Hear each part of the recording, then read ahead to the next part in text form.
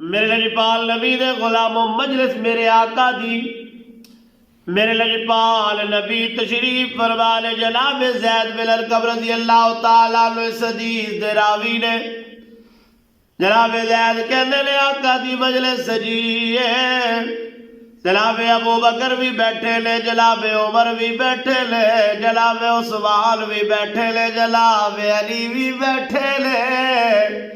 مجلس میرے آقا علیہ السلام دی مبارک زبانہ، اللہ جس زبانے دی قسم فرمایا والعصر محبوبا، تیرے زبانے دی قسم ہے۔ یارو کیسا زبانہ ہوئے گا جس زبانے اندر میرے کریم آقا علیہ السلام خود تشریف فرما لے، ارد گرد میرے آقا دے زبانے، ارد گرد میرے آقا دے غلام نے، ارد گرد میرے آقا دے تابعدار نے، ارد گرد میرے آقا دے ملن والے نے۔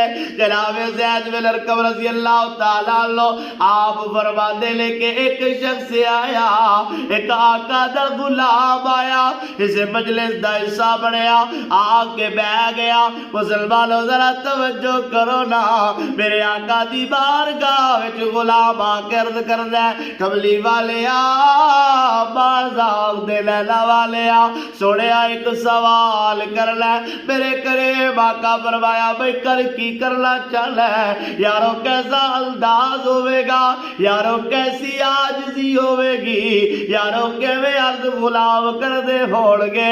میرے آقا نے فرمایا کرنا بھئی کی کرنا چاہنا ہے؟ عرض کی تھی سوڑیا جے اسی جہنم دی اگ تو بچنا چاہ تے کیویں اگ تو بچیے، جے اسی اگ تو بچنا چاہیے تے کیویں اگ تو بچیے۔ یارو کیسا سوال سی۔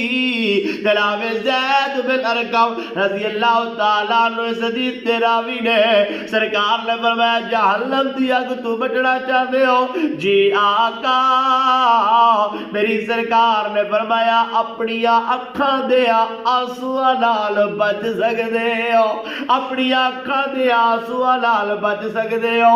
سونے آئے ہو کیویں؟ فرمایا جیڑا آنسو اکھ دا اللہ دے خوف نال نکلے گا، میرے لجپال نبی نے فرمایا او آنسو جیڑا رب دے خوف نال نکلے گا، فرمایا جتھے جتھے وگے گا اللہ جہنم دی اگ حرام فرما دے گا۔